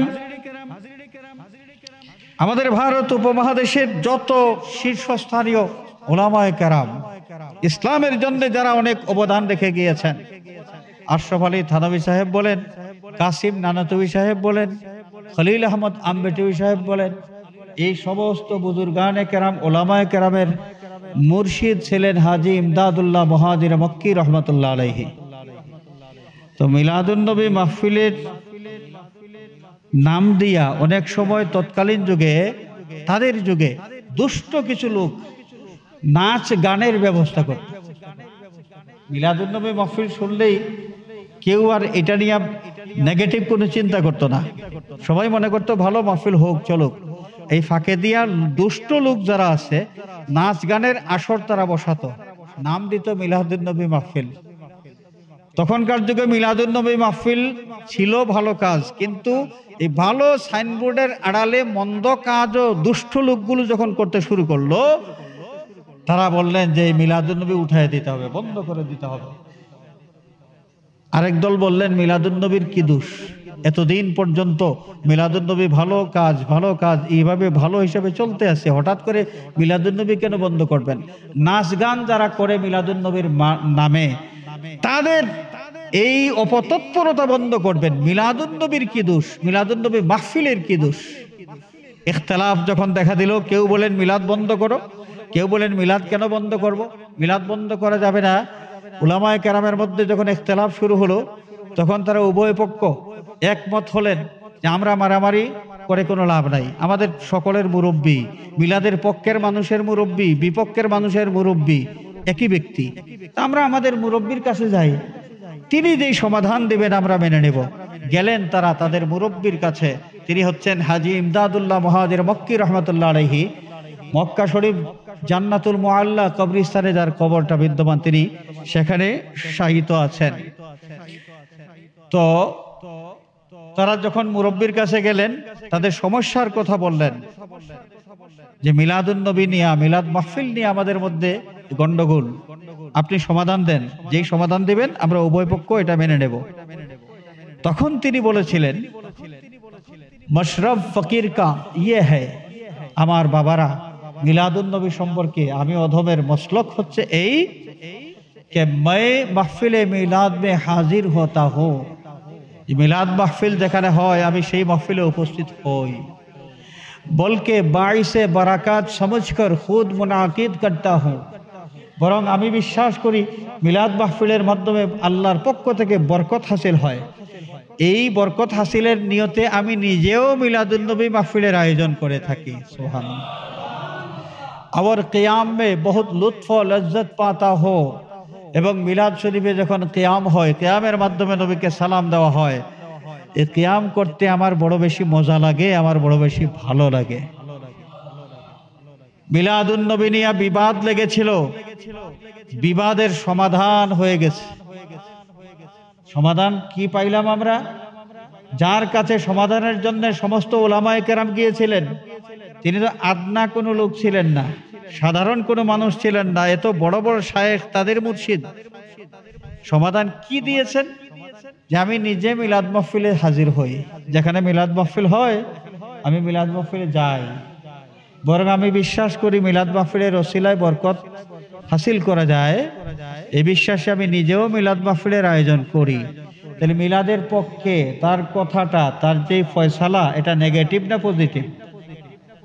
মিলাদের ব্যাপারে, মিলাদ মাহফিলের ব্যাপারে তার এই বক্তব্য, যেটা দিয়ে তিনি সমাধান দিলেন, সমাধানটা মিলাদুন নবীর জন্য পজিটিভ না নেগেটিভ? পজিটিভ। মিলাদুন নবীর পক্ষেই তো তিনি বললেন, এবং তিনি বলতেছেন আমি মিলাদ মাহফিলে যাই শুধু না, নিজে আয়োজনও করি, নিজে মাহফিলের আয়োজনও করি, এবং বিশ্বাস করি যে বাইসে বারাকাত, মিলাদ মাহফিলের ওসিলায় আল্লাহর পক্ষ থেকে বরকত নাজিল হয়, বরকত অর্জন করা যায়। সমাধান তো হয়ে গেল। আজকে নতুন করে যারা ফু দিয়া সেই পুরাতন যুগের মিলাদ মাহফিলের মতানক্যের আগুনকে আবার নতুন করে জ্বালাতে চায়, আমরা কখনো তাদেরকে ভালো মনে করার কোনো কারণ নাই। কারণ সমাধানকৃত বিষয় যেটা নিয়ে নতুন বিতর্ক তৈরি করবেন, এটা নিয়ে মুসলমানদের মধ্যে হানাহানি হবে। হাজিরেন, তো যাই হোক, রহমাতুল্লিল আলামিন পৃথিবীতে এসেছেন। এই দুনিয়ার যখন অশান্ত ছিল, মানুষের মানবতা যখন কাতরাচ্ছিল, এই রহমাতুল্লিল আলামিনের ওসিলায় বিশ্ববাসী শান্তির সন্ধান পেয়েছিল, শান্তির পরশ পেয়েছিল। বিশ্ববাসী গুমরাহির পথ ছেড়ে আলোর পথ ধরতে পেরেছিল, জাহান্নামের পথ থেকে জান্নাতের পথ ধরতে পেরেছিল। সেই দয়াল নবীজি দুনিয়া থেকে বিদায় নিয়েছেন, কিন্তু আমাদের জন্য রেখে গিয়েছেন তার আদর্শ, অতুলনীয় অনুকরণীয় আদর্শ। ইমানদার যারা অবশ্যই নবীর সেই আদর্শ, সেই রীতি, সেই নীতি, এগুলো অনুসরণ করতেই হবে। আজকে ছেলে বাবাকে সম্মান করতে চায় না, মা বাপকে অবহেলা করে আজকের সন্তান। এই যে কিছুদিন আগে একটা কি দেখলাম, একটু পড়লাম আমি একটা ঘটনা, এটা বাস্তব, কোনো গল্প মানে আজগুবি বানানো কোনো গল্প নয়, বাস্তব একটা গল্প পড়লাম। একটা ছেলে বিদেশ থেকে টাকা পাঠিয়েছে, তার বাবার কাছে একটা মেসেজ এসেছে। বাবা যখন গেলেন টাকা উঠাইতে, তখন পিন নম্বর নিয়ে ব্যাংকে যখন গেলেন টাকা উঠানোর জন্য, ব্যাংকওয়ালারা বলেন না, এই টাকার প্রাপক তো আপনি নন। বাপ তো থতমত হয়ে গেছে। আমার ছেলে আমার ফোনের মধ্যে মেসেজ দিল, বাবা আপনার নামে কিছু টাকা পাঠাইছি, আপনি কিছু চিকিৎসা করবেন আর কিছু খাইবেন টাইবেন। বাপ খুশি হইয়া ব্যাংকে এসেছে। ব্যাংকওয়ালাদের জবাব শুনে বাবার আসমান ভেঙ্গে যখন মাথায় বলো, কি রে, আমার ছেলে মেসেজ দিল, এখন ব্যাংকওয়ালারা বলতেছে টাকা আমি পাবো না, তাহলে পাবেটাকে? পরে আর এক লোক এসছে, ওই লোকটা এসে যখন টাকা চাইলো, টাকা ঠিকই সে পাইলো, টাকা নিয়ে চলে গেল। এই লোকটা কে ছিল? ওই ছেলের শ্বশুর। শ্বশুরের কাছে মেসেজ লিখেছিল, কিন্তু ভুল ক্রমে এই মেসেজটা বাবার কাছে চলে এসেছে। এই বাবা, যেই বাবা একটা সন্তানকে মানুষ করার জন্য মাথার ঘাম পায়ে ফেলতে হয়, কি পরিমাণ বাবা যারা হয়েছেন তারাই বুঝতে পারবেন। এইটা অন্য কাউকে, যারা বাবা হয় নাই তাদেরকে বোঝানো সম্ভব না।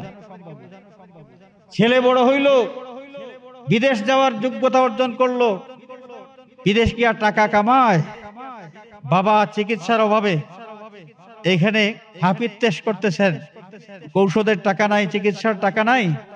আর এই ছেলের রোজগারের টাকা, এটা ঠিকই সে টাকা পাঠায়, কিন্তু বাবার কাছে পাঠায় না, পাঠায় অন্য মানুষের কাছে, যে যাকে সে আরেক নতুন করে বাবা বানিয়েছে। তার মানে তার শ্বশুর, ওই লোকটা ছিল তার শ্বশুর।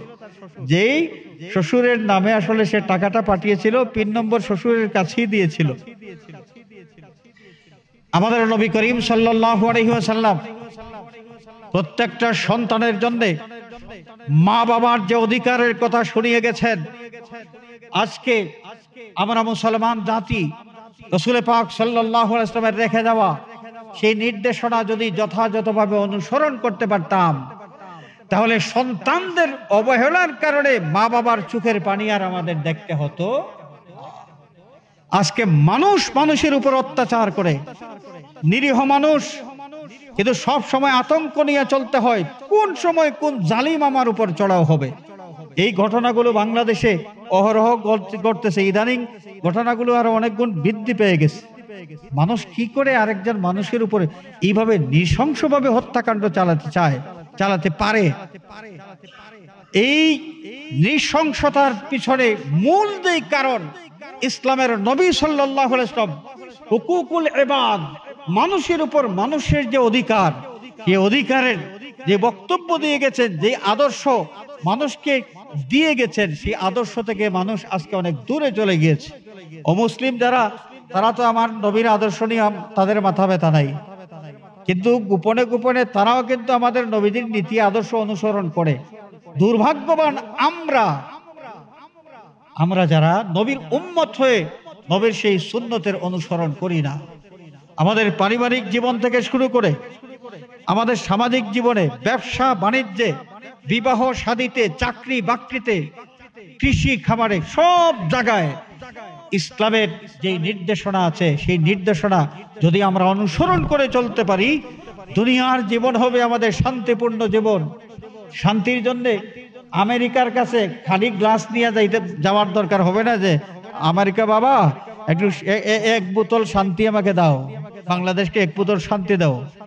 ভারতের কাছে যাওয়া লাগবে না, রাশিয়ার কাছে যাওয়া লাগবে না, দুনিয়ার কোনো অপশক্তির কাছে গিয়ে মুসলমান শান্তির জন্য মাথা নত করার কোনো প্রয়োজন হবে না। যদি এই মুসলমান আল্লাহর নবী সাল্লাল্লাহু আলাইহি ওয়াসাল্লামের রেখে যাওয়া যেই বিধান আছে, সেই বিধান নিজের ব্যক্তি জীবনে বাস্তবায়িত করে। আমরা শুধু চাই রাষ্ট্রের সাইনবোর্ড। আরে বাবা, রাষ্ট্র তো জনগণ নিয়ে গঠিত হয়।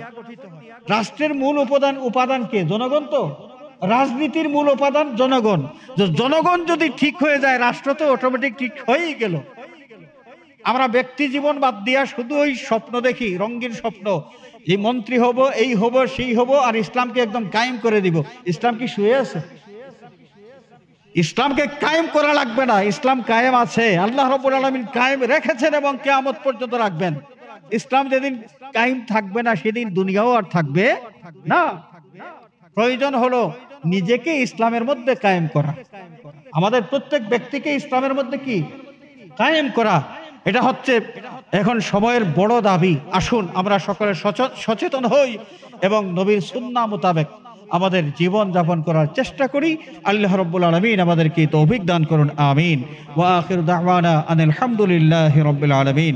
সাল্লাল্লাহু আলা সাইয়্যিদিনা ওয়া মাওলানা মুহাম্মদ ওয়া আলা আলিহি ওয়া আসহাবিহি ওয়া সাল্লাম। সাল্লাল্লাহু আলা সাইয়্যিদিনা ওয়া মাওলানা মুহাম্মদ ওয়া আলা আলিহি ওয়া আসহাবিহি। আল্লাহুম্মা আমিন। আলহামদুলিল্লাহি রাব্বিল আলামিন। والصلاة والسلام على سيدنا ومولانا محمد وآله وأصحابه وأهل بيته أجمعين। আয় আল্লাহ, মিলাদুন নবী সাল্লাল্লাহু আলাইহি ওয়াসাল্লামের মৌসুম, আজকে জুমাবার, তোমার হাবিব সাল্লাল্লাহু আলাইহি ওয়াসাল্লামের ফরমান মোতাবেক আজকের দিনটাও আমাদের ঈদের দিন। বড় আশা করে তোমার ঘর মসজিদে আমরা হাজির হয়েছি। আল্লাহ, এই মসজিদ থেকে নিষ্পাপ বানাইয়া আমাদেরকে তুমি বিদায় দিও। আল্লাহ, আমাদেরকে মাফ করে দাও। আমাদের জিন্দা মুর্দা মা বাবার প্রতি রহম ফরমাও। তোমার হাবিবের জিন্দা মুর্দা তামাম উম্মতকে মাফ ফরমাও। আল্লাহ, অনেক দূর দূরান্ত থেকে মুসল্লিয়ানে কেরাম হাজির হয়েছেন। অনেক মানুষের মনের মধ্যে অনেক গোপন ব্যথা, যেই ব্যথা কোনো মানুষকে বোঝানো যায় না। আল্লাহ, তুমি তো আমাদের সকলের অন্তরের খবর জানো। আল্লাহ, যার অন্তরে যেই ব্যথার আগুন জ্বলতেছে, আল্লাহ পরিশানি দূর করে দাও। আল্লাহ, তুমি শান্তি এনায়েত ফরমাও। অসুস্থ মানুষ যারা, শিফায়ে কামিলা আদিলা এনায়েত ফরমাও। আল্লাহ, বিদেশের জমিনে আমাদের ভাই বন্ধু আপনজন যারা, সহি সালামতে রাখো। হালাল রুজির তৌফিক দাও। রুজির মধ্যে খয়র আর বরকত এনায়েত ফরমাও। আল্লাহ, বিদেশ যাওয়ার চেষ্টায় যারা আছেন, কামিয়াবি এনায়েত ফরমাও। মঞ্জিলে মকসুদে পৌঁছায় দাও। ব্যবসায়ী ভাইদের ব্যবসার মধ্যে খয়র আর বরকত এনায়েত ফরমাও। আয় আল্লাহ, আমাদের এই বাজারের মধ্যে খয়র আর বরকত এনায়েত ফরমাও। আসমানি জমিনি আফাত মাসাইব থেকে, জিন্নাতি ইনসানি ফিতনা থেকে আমাদের এই বাজারকে তুমি হেফাজত ফরমাও।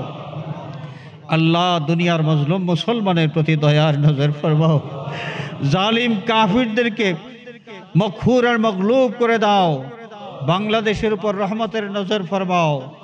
আল্লাহ আমাদের পাপের কারণে আমাদের দেশটা কোনো জালিমের হাওয়ালা করে দিও না, আমাদের গুনাহের কারণে দেশটা কোনো জালিমের হাওয়ালা করে দিও না। আয় আল্লাহ আমাদের এই মাতৃভূমিকে সমস্ত ষড়যন্ত্রকারীদের ষড়যন্ত্র থেকে তুমি হেফাজত ফরমাও। সাল্লাল্লাহু আলা সাইয়্যিদিনা মাওলানা মুহাম্মাদিন ওয়া আলিহি ওয়া আসহাবিহি আজমাইন ওয়াল হামদুলিল্লাহি রাব্বিল আলামিন। আমিন।